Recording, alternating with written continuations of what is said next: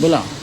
रावसाहेब, देशाचे पंतप्रधान नरेंद्र मोदी हे पंडित जवाहरलाल नेहरू यांच्या पंतप्रधान पदाच्या कार्यकाळापेक्षा आता जास्त कार्यकाळ ते असतील त्या पदावर. तो रेकॉर्ड जो आहे इतक्या वर्षांचा तो नरेंद्र मोदी उद्या तोडतात. नाही, बरोबर आहे, पण नेहरूंनी देश उभा केला.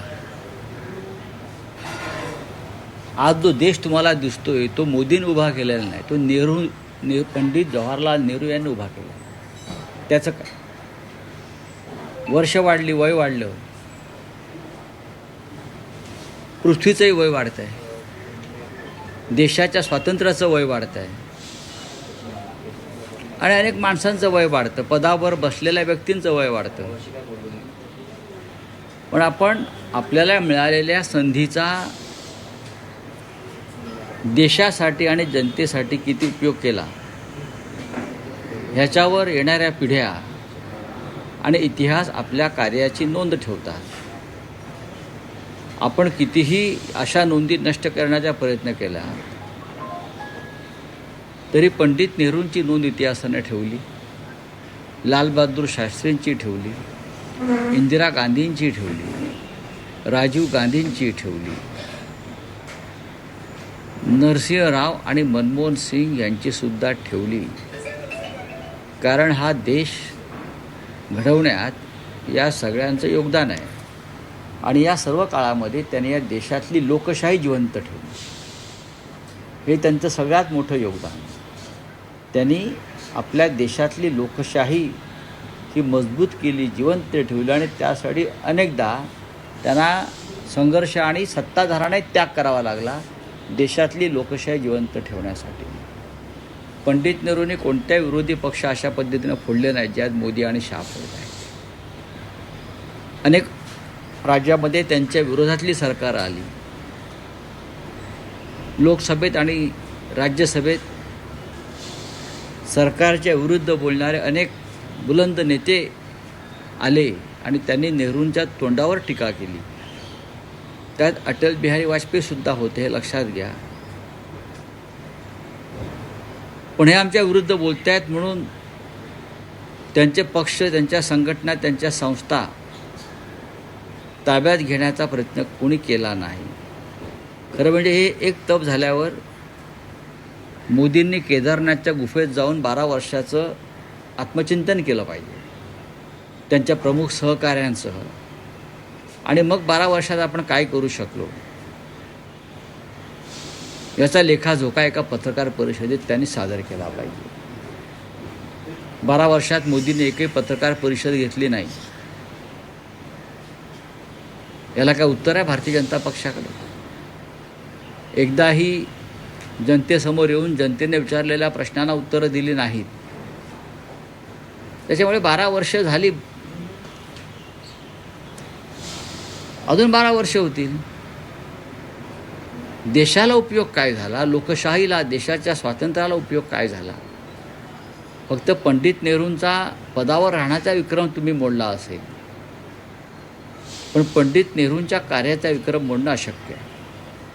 नाही, पण रावसाहेब, जेव्हा राहुल गांधी गेली काही दिवस सातत्याने म्हणत आहेत की वर्षभरात नरेंद्र मोदींना पाय उतार व्हावं लागेल, पण नरेंद्र मोदींची गेली 12 वर्ष आणि पुढचा येणारा काळ आहे, पंतप्रधानपदाची घोडदौड सुरूच आहे. पंतप्रधानपदाची घोडदौड सुरू आहे आणि त्या घोडदौडीखाली लोकशाही तुडवली गेली, देशाची न्यायव्यवस्था तुडवली गेली, देशाचा निवडणूक आयोग तुडवला गेला, अनेक संविधानिक संस्थांच्या छाताडावर उभं राहून त्यांची घोडदौड सुरू आहे.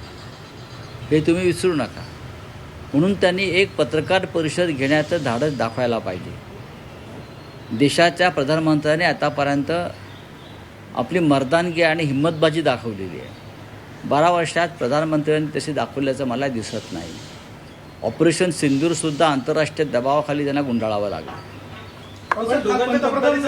या विषयाबाबत काल आपण अतिशय ठामपणे भूमिका मांडली होती की इंडिया अलायन्सने पंतप्रधान पदाचा चेहरा समोर नेला पाहिजे. नेहरूंचं काय म्हटलं तुम्ही? नेहरू आणि मोदींमध्ये कंपॅरिझन केलं जात आहे की नेहरू कशा प्रकारे त्यांनी फंडामेंटल काही गोष्टी केल्या, त्याच्यानंतर आता मोदी त्याच प्रकारे गोष्टी करत. हे जे नाही, नेहरू मोदी हे नेहरूंच्या अत्यंत विरुद्ध वागत आहेत. पंडित नेहरू हे देशाच्या स्वातंत्र्य लढ्यातून निर्माण झालेलं एक तेजस्वी नेतृत्व होतं. पंडित नेहरूंनी देशासाठी आपली सर्व संपत्ती दान केली. ज्या संपत्तीची आजची किंमत ही 80,000 कोटी आहे. आजचं मूल्य त्या संपत्तीचं 80,000 कोटी आहे. त्या काळामध्ये ते 225 कोटी होतं. ही संपत्ती पंडित नेहरूंनी देशासाठी, देशाच्या स्वातंत्र्यासाठी दान केली. पंडित नेहरूंच्या काळामध्ये कोणी अडाणी, अंबानी किंवा अन्य कोणी हे जे आहे सगळे नावं घेत नाही मी, हे निर्माण झाले नाही. पंडित नेहरूंनी सार्वजनिक उपक्रम निर्माण केले. तेल कंपन्या, LIC, असे अनेक उपक्रम सार्वजनिक, ONGC, atomic research centre, IIT, IIM. मोदीने काय केलं हे त्यांनी पत्रकार परिषदेमध्ये येऊन सांगायला पाहिजे. ही एक माफक अपेक्षा जी त्यांच्या तपपूर्तीनंतर जनतेने किंवा पत्रकारांनी व्यक्त केली तर भारतीय जनता पक्षाला राग येण्याचं कारण नाही. रावसाहेब, मग तुमचा मोदींनी राम मंदिराची प्रतिष्ठापना केली असं म्हणतात. त्यासाठी शिवसेनेसह अनेक संघटनांनी लोकांचं बलिदान दिलं आहे आणि त्या राम मंदिराच्या दानपेटीतून गेल्या वर्षभरामध्ये 5 कोटी रुपये चोरीला गेले. कोणी चोरले? 5 कोटी रुपयाचा अपहार झाला आहे. आणि ही संपूर्ण व्यवस्था ही भारतीय जनता पक्षाच्या ताब्यात आहे ना. रावसाहेब, मग तुमचा पंतप्रधान पदाचा चेहरा कोण आहे किंवा कोणामध्ये क्षमता आहे तो चेहरा बनण्याची? एक लक्षात घ्या की प्रधानमंत्री पदाचा चेहरा उद्धव ठाकरे ठरवू शकणार नाही.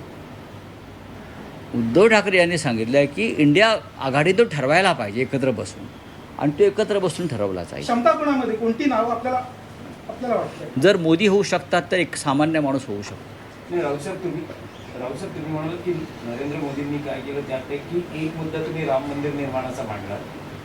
भाजप किंवा मोदींचे समर्थक राम मंदिर निर्माणाचा मुद्दा मांडतात. जम्मू काश्मीरमधला 370 कलम हटवण्याचा मुद्दा मांडतात. तिहेरी तलाकाचा मुद्दा मांडतात. असे अनेक धोरणात्मक आणि काही विकासात्मक विषय आहेत तेही मांडले जातात. नाही, विकासात्मक मुद्द्यांविषयी काही बोलता येणार नाही. विकास हा अखंड सुरू असणारी प्रक्रिया आहे. पंडित नेहरूंनी विकास नसता केला तर त्या मार्गावरून मोदी पुढे नसते गेले. मोदींनी काही चांगली कामं केली असतील, प्रधानमंत्र्याला ती करावीच लागतात. पण ज्या पद्धतीनं त्यांनी लोकशाहीचं अवमूल्यन केलं,